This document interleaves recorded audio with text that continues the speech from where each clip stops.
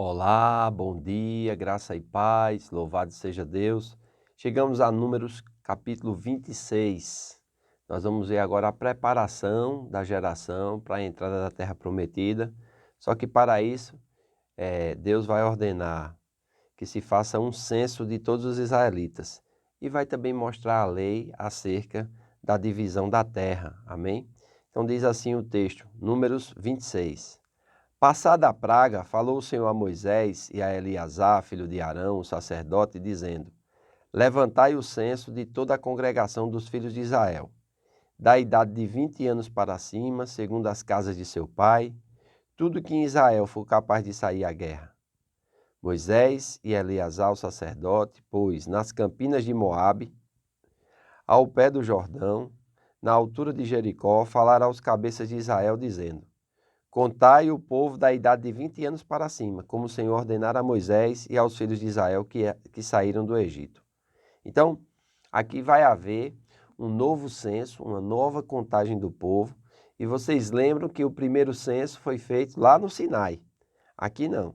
Aqui eles já estão nas campinas de Moabe, ao pé do Jordão, na altura de Jericó. Então agora eles já estão em outro lugar.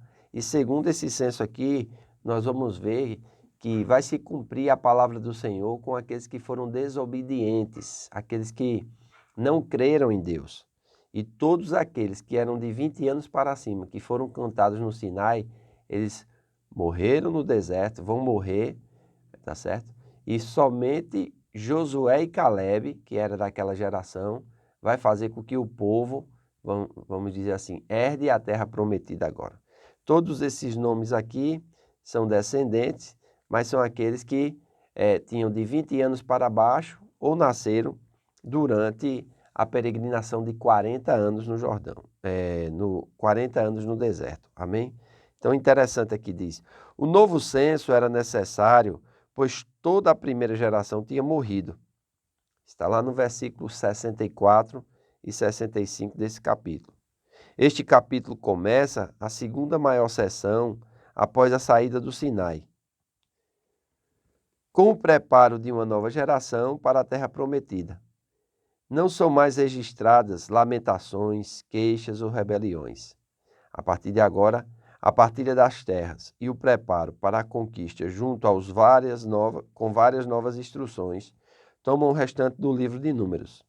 Os versículos de 1 a 51 dão um resumo do censo. Os nomes das famílias são aqueles da primeira geração dos 12 ancestrais tribais. Aquelas famílias servem como base para a divisão de terras e os direitos de herança. Os versos de 52 a 51 falam sobre o objetivo do censo, isto é, a divisão das terras entre as tribos. Isso difere do censo da primeira geração, que visava determinar as ordens de marcha e as tropas de batalha. Os versículos de 57 a 62 dão o censo dos levitas, que não fariam parte da distribuição. Por quê? Os levitas pertencem ao Senhor. Então aqui vai fazer todo o censo, né? No versículo 51 diz, são estes os contados dos filhos de Israel, 601.630. Então veja que já é um número bem menor do que saiu lá do Egito, né?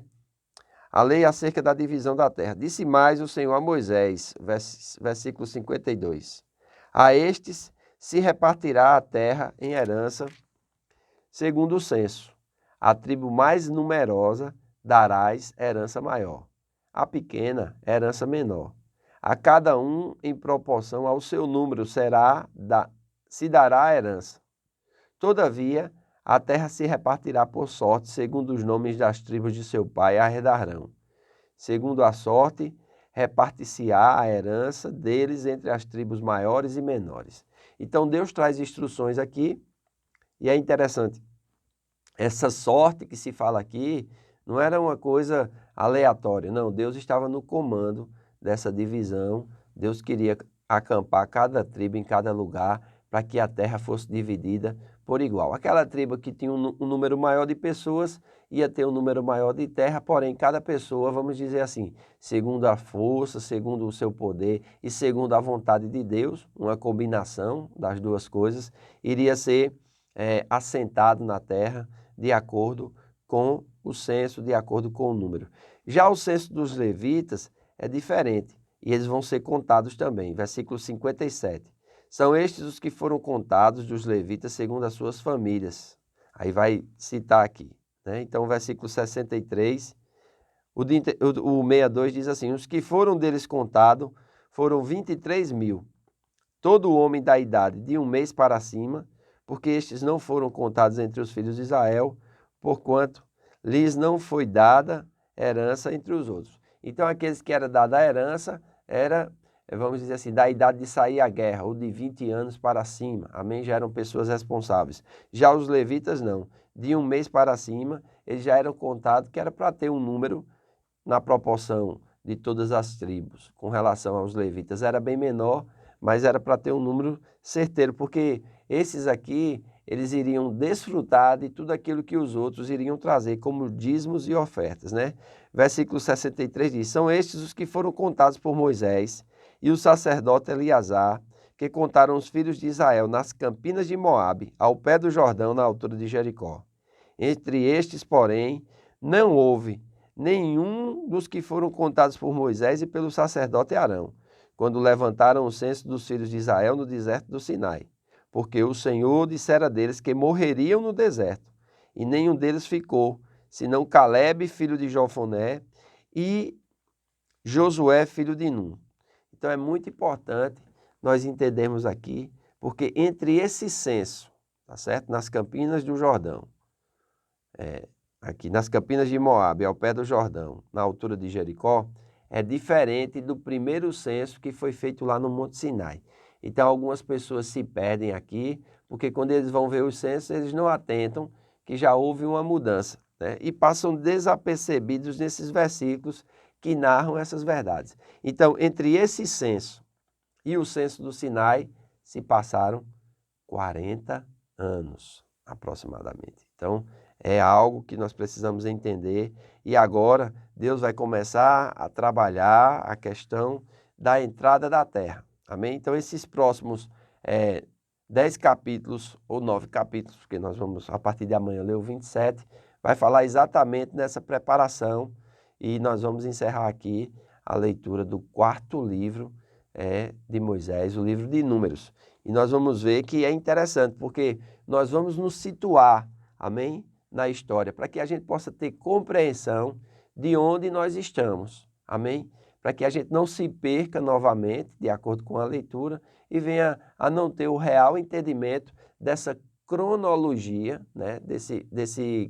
Dessa linha cronológica do lugar onde nós estamos. Então é muito importante nós entendermos isso. Amanhã nós vamos dar continuidade, falando sobre o livro de Números. Tem algumas coisas interessantes, tem outras coisas que nós já falamos, porque vão ser repetidas algumas leis, amém? Acerca do direito das filhas herdeiras.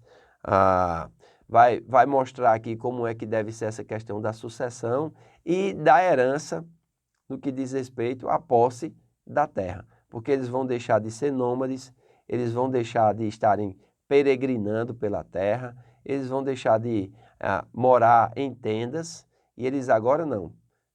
Pela mão do Senhor, pelo poder do Senhor, eles vão possuir a terra, vão habitar nelas, vão construir cidades e vão se desenvolver. Amém? Então é importante nós entendermos isso, para que na leitura do texto a gente tenha uma compreensão melhor dessa questão cronológica e não venha a se perder, vamos dizer assim, no entendimento do texto bíblico. Amém? Então, leia a Bíblia, você leia Números, quando completar os 36 capítulos, você volta e lê novamente, amém? E procura entendimento. Eu creio que nós estamos fazendo um bom trabalho e o objetivo aqui é de uma forma sucinta, leve, simples, a gente poder ter um entendimento do texto bíblico, ter um entendimento dessa linha cronológica e poder, na hora da interpretação, interpretar de forma correta. Estamos sempre aprendendo, sempre crescendo, amém? Não temos objetivo aqui de dizer que temos toda a verdade. Não, a Bíblia realmente é algo que nós precisamos examinar, estudar e compreender para viver, amém? Se não for para isso, não vai servir de nada. Se for somente para medir conhecimento ou mostrar para as pessoas que a gente sabe, isso não vai, vamos nos levar muito, muito longe. O que vai nos levar longe é a prática da palavra, amém? Esse entendimento para que a gente possa, de fato, ter uma vida perto de Deus, com um propósito certo, alinhado com o plano de Deus para a nossa vida. Amém? Então, faço votos por tua prosperidade e saúde, assim como é próspera a tua alma. Que Deus te abençoe e até amanhã.